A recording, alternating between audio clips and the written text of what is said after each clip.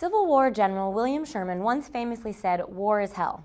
While we don't doubt the truth in that, we found out recently that war reenactments are something else entirely. They can be impressive, informative, and, dare we say, fun. It was an event put on by the Needham 300 Committee, as Derek Reisner reports. On May 21st and 22nd, Needham continued its year-long tercentennial celebration with the Battle for Needham. The scenario is that there's a supply train of wagons heading from Boston to New York to support the battle at New York.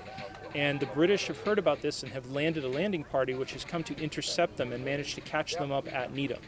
Obviously, there were no Revolutionary War battles in Needham, but this is typical of the kind of battle that would occur in a town like ours if we were on a large enough road.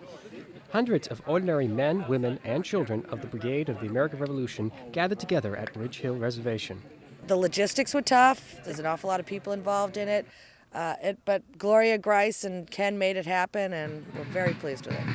We've been doing this for a long time, since well before the bicentennial. Essentially, we did a show here in 1982 and 1984. And since then, we've been all over the place. And before, we do them in England, and we do them in Canada and such.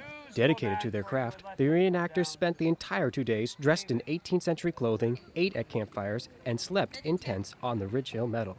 The people here are all dedicated to learning and educating people on history, and we love to get together and put together a show that demonstrates what life was almost like back in the 18th century. We like to joke that I came pre-trained because I came with the idea that you would dress up in handmade funny clothes and go and camp in a tent with no floor, in a place with no running water, and this could be considered fun.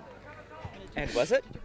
Oh, yes! The interesting thing you should know, the soldiers in ranks on both sides have no idea what's going to happen. They knew the Brits were going to win yesterday, and the Americans are winning today. But what's going to happen out in the field, we don't tell them. It takes the fun out of it. But they're trained. They follow orders. Because the weapons are absolutely real.